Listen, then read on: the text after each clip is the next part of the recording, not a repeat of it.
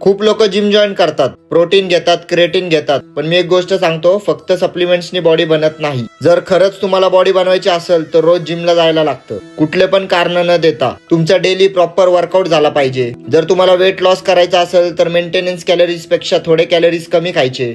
तुम्हाला weight gain करायचा असेल, मसल गेन करायचा असेल तर मेंटेनन्स कॅलरीज पेक्षा जास्त कॅलरीज खायचे. दोन्ही मध्ये एक गोष्ट कॉमन आहे, प्रोटीन इंटेक कम्प्लीट झालं पाहिजे तुमचं. आणि जास्त तर प्रोटीन इंटेक तुम्हाला तुमच्या घरच्या जेवणातून करायचंय. आणि जर समजा घरच्या जेवणातून प्रोटीन इंटेक कम्प्लीट नसेल होत तर तुम्ही वे प्रोटीन घेऊ शकता. कुठून पण कसलं पण ब्रँडचं प्रोटीन नाही घ्यायचंय, ट्रस्टेड आणि जेन्युइन ब्रँडचंच प्रोटीन घ्या.